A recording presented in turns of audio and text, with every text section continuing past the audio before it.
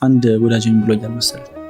ወዳጅ እንኳን በእርግጥ ልለው አልችልም፣ ግን አንድ የተገናኝተን ነው ታያወራን አቆምኩኝ። በቃ ቅዳሴ ብሄድ አሁን እንኳን አይሰንፍኩኝ ብዙ እየሄድኩ አይደለም። ለምን ስለው ዮኒ ብዙ ነገር እኮ አሁን ተበለሻሽቷል እኮ በጣም እኮ ብዙ ነገር እኮ አሁን ቤተክርስቲያኗን እኮ ፌል እያደረገች እኮ ነው ምናምን። እንዴት ስለው በቃ አሁን እዛ ጋር ቀድሶ የሚያቆርበው ልጅ እኮ ያውቀዋለሁ እንደሚሰራ እኮ በጣም እኮ አውቀዋለሁ። ስለ ውጭ ላይ እኮ እንተዋወቃለን የሚሰራው ስራ። ከዛ ሰው ስለው እንዴት ነው እሱን እያየሁ እኔ እንዴት ነው ሰማያዊ ነገር የማስበው? ከዛ ደግሞ ልሳ ገብቼ ስጋው ደግሞ ለመቀበልስ እንዴት ሞራል አገኛለሁ ምናምን አለኝ። በጊዜው ማድረግ ያለብንን ኮንቨርሴሽን አደረገን። ግን በኋላ ላይ ሳደርገው እና ይችን ጉዳይ ስናወራበት ትንሽ ሰው አይደለም ታውቃለህ፣ እንደዚህ ብሎ የሚያስበው በጣም ብዙ ሰው።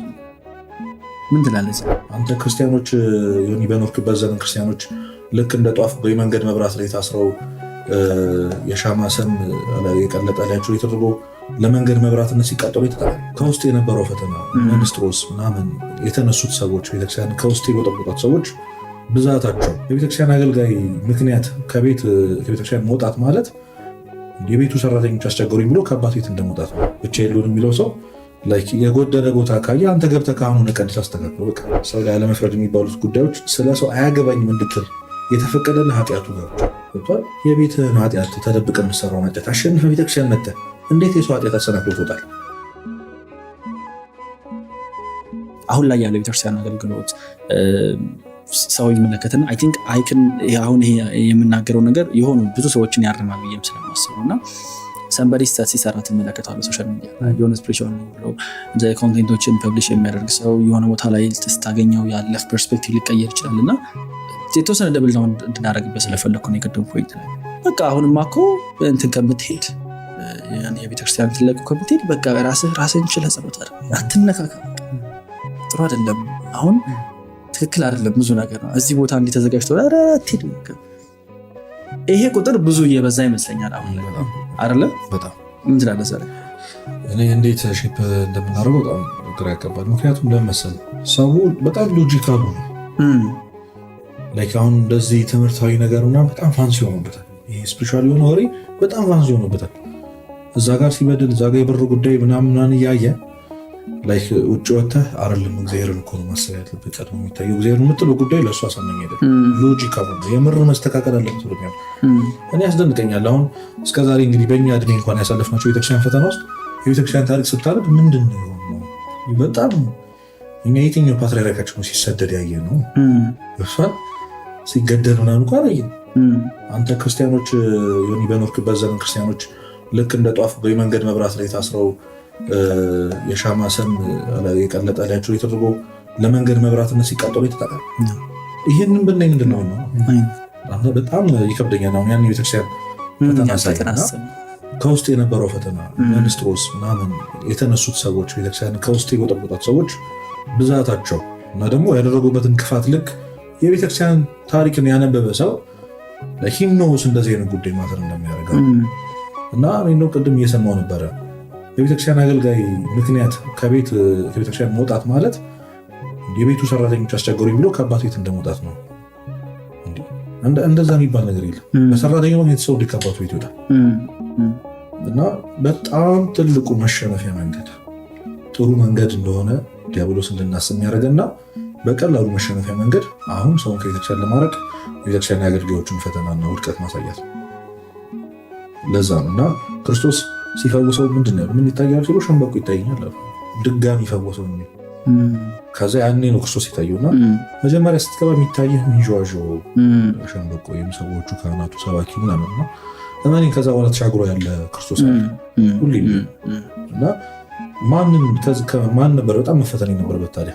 በጣም ኦብቪየስ እኮ ከካህናቱ ከቤተክርስቲያን ነገር በላይ ማን ነበር መፈተን የነበረበት? እና ገብቶ እስኪ አሁን ገብቶ ሊያቆን አሁን ያ የሚፈርደው ብቻ የሉን የሚለው ሰው የጎደለ ቦታ ካየ አንተ ገብተህ ካሁኑ ቀድስ አስተካክለው። በቃ መፍትሄው እሱ። ከዛ ታየዋለህ እንደሆነ ደግሞ ይገባል። እና ትልቁ በቃ ለዲያብሎስ የሚገርም ትሪኪ መንገዱ ሰውን ቤተክርስቲያን ለማስወጣት አሁን ይሄ የሆነ መጥቷል። ቤተክርስቲያን ክርስቶስን የሚያስተምረን ሰው ላይ አለመፍረድ የሚባሉት ጉዳዮች ስለ ሰው አያገባኝም እንድትል የተፈቀደልህ ኃጢአቱ ጋር ብቻ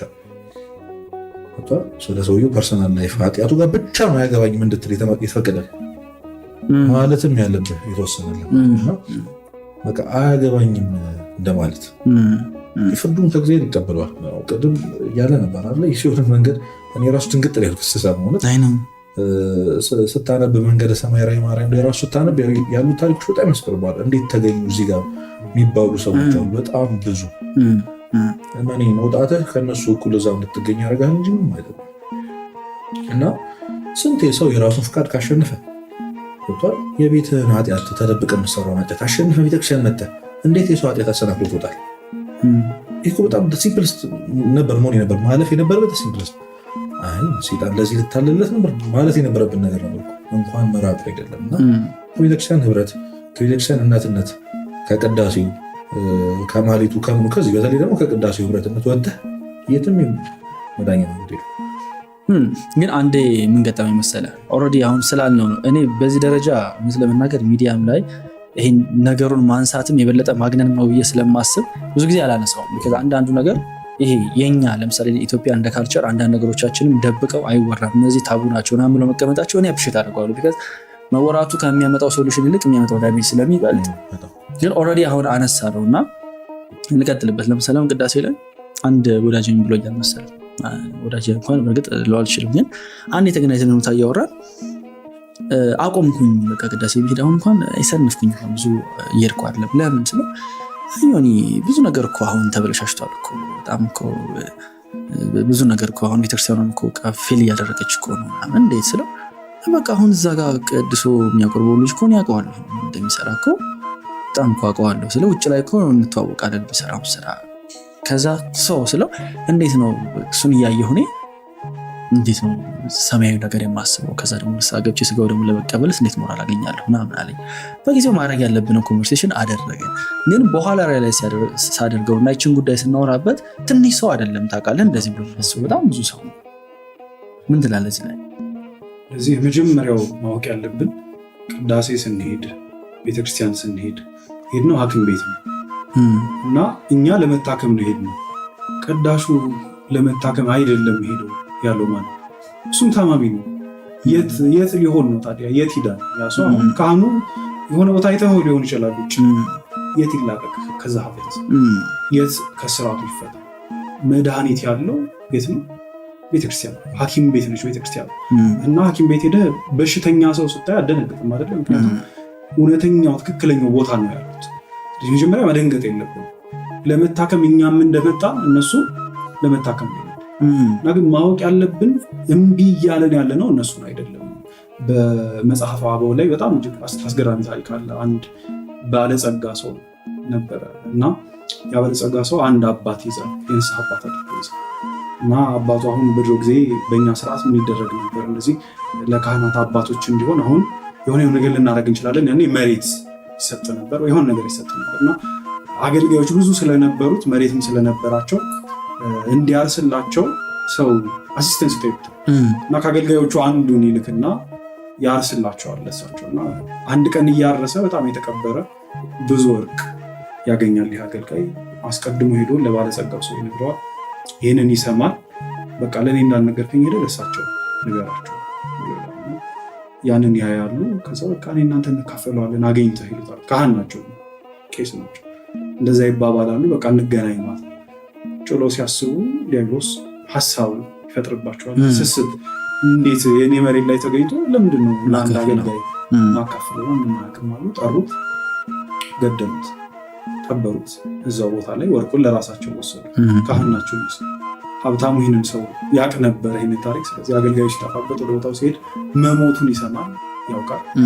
እና ሁለተኛ አልመጣም፣ ሁለተኛ ከዚህ ሰው መስቀል አልሳለም፣ ሁለተኛ አላስቀድስም፣ አልቆርብም። እና በጣም ጥሩ ሰው ስለነበረ እግዚአብሔር እንዲድን ስለሚፈልግ ራእይ ያሳየዋል። እና እጅግ በጣም የተጠማ ሰው በበረሃ ላይ ሆኖ ጥሩ ምንጭ አለ፣ በጣም ኩልል ያለ ውሃ ያለበት ምንጭ ያገኛል መሀል በረሃ ላይ። እጅግ እንግዲህ ለከባድ ጊዜ ሲጠማ ነው የቆየ ሰው። እና አንድ ቁስለኛ ሰው እዛ ጋር ተቀምጧል። እና በወርቅ መቅጃ ያንን ውሃ ቀጥቶ እንካተት ቁስለኛ ሰው እና ሪፊውዝ አድርጎ ደፋው ውሃውን ማለት ነው። እንግዲህ አልነካውም። ያ ቁስለኛ ሰው ደዌ የመታው ሰው ያንን ውሃ አልነካም። ቀርቶ ነው በንጹህ መቅጃ የሰጠው። ያን ውሃ ግን ሪፊውዝ አለ። ቁስለኛ ስለሆነ የሚሰጠው ሰው በቃ የምናደርገው ነገር ሜታፎሪካሊ ኤክስፕሌን እንደዚህ የወርቅ መቅጃ የተባለችው ቤተክርስቲያን ነች። ክህነቱ ህይወት የሚሰጠን ውሃ ደግሞ ክርስቶስ ነው። የሚያቀብለን ሰው ቁስለኛ ስለሆነ በረሃ ላይ ውሃ ብንጠማ አንጠጣም እንላለን። ተጠምተን ሳለን ረቦን ሳለን አንድ ሰው ቁስለኛ ሆኖ ምንም ቁስሉ ሳይነካው ምግቡን እንኩ ብሎ ቢለን እምቢ እንላለን? አንልም አይደለም፣ እንቀበላለን። ካለን ደግሞ በጣም በቃ this is very foolish አይደለ? አንድ ሰው ውሃ ጠምቶት ሞት መንገድ ላይ ሆኖ የያዘው ሰው ቁስለኛ ሰው ሪጀክት ማለት እና ሪጀክት እያደረግን ያለ ነው እነዛን ሰዎች አይደለም፣ ክርስቶስን የህይወት ውሃ የሆነ ክርስቶስን እና ቤተክርስቲያን እናቱ ያልሆነችለት ክርስቶስ እግዚአብሔር አባቱ ሊሆንለት አይችልም ብሎ ቅዱስ ቆጵርያኖስ ሲናገር እግዚአብሔር ብቻህን አዳፕት አያደርግህም። እንደዚህ ውጭ ላይ ያለ አይደል በቃ እናንተ አሳዳጊ አጣችሁ ብሎ አዳፕት አያደርግም። ምክንያቱም አሳዳጊ የሆነች ቤተክርስቲያንን አስቀምጦልን ንጽሕት ነች። እቺ ቤተክርስቲያን እኮ አንድ አይደለችም። ድል የነሱ የቅዱሳን ማህበር አለ። በዚህ ያሉ ደግሞ እየታገሉ ያሉ ሰዎች እየታገልን ነው። ሚም አለ መሰለኝ ሰው እየታገለ ነው። ካህኑ እንዳንተ ይወድቃል እና ካህኑ እኮ መውደቁ እንደውም የእግዚአብሔር ምሕረት እንዲታይ ነው እኮ ለኛ። እግዚአብሔር እኮ ተናዘዙ ያለን አሁን ለእርሱ ቢሆን አስባችሁታል? ኃጢአት ለማይሰራ እግዚአብሔር መናዘዝ ከባድ ነው። ኃጢአታችን እንድንናዘዝ የጠየቅነው በኃጢአት ለሚወድቅ ምናልባትም በዛ ኃጢአት እየወደቀ ነው የሚሰማ ዛት ሰፖስት ቱ ሜክ ዩ ፊል ቤተር የሚረዳህ ካህን ነው። መውደቅን የሚያውቅ ካህን ነው። ከኃጢአት ለመላቀቅ እንዴት ከባድ እንደሆነ የሚያውቅ ካህን ነው። እየታገለ ነው። እሱም ሐኪም ቤት ውስጥ ነው ያለው እና ሪፊውዝ የምናደርገው ግን የዘላለም ህይወት ነው። ቁስለኛ ነው። አዎ፣ ግን የት ነው ያገኘው? ያን ሰው ሐኪም ቤት ነው፣ እየሞከረ ነው።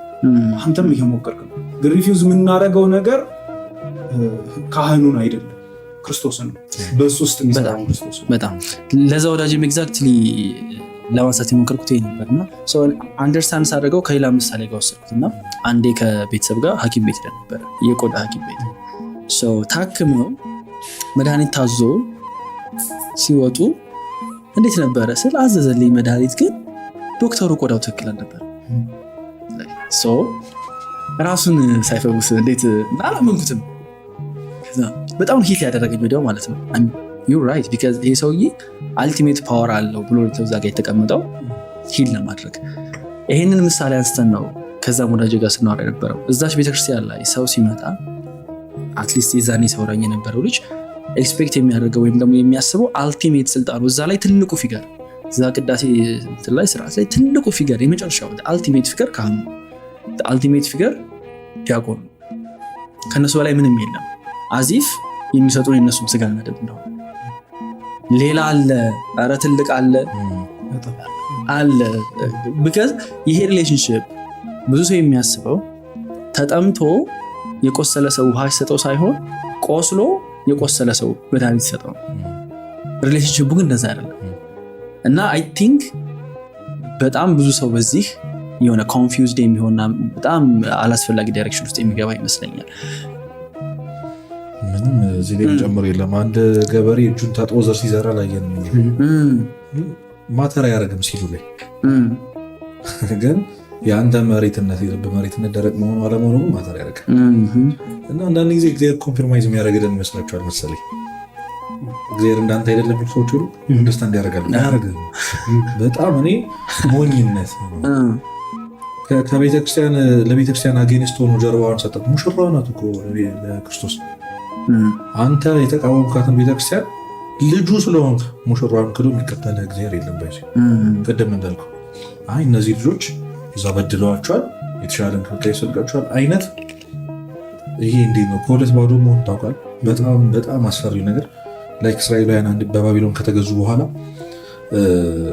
ነብዩ ኤልያስ ወይ ኤርሚያስ ሄዶ ከ4 ዓመት በኋላ እንደሚወጡ ይነግራቸዋል። ከ70 ዓመት በኋላ እንግዲህ 66ኛው ዓመት ላይ ነው የነገራቸውና አዟቸዋል። የተጋባችሁ ሰዎች ተፋቱ፣ ንብረት ያላችሁ ሰዎች ተው ብሏቸዋል። ለ66 ዓመት ኖሯል ነው ከባርነት አልፎ ነዋሪ ሆኗል።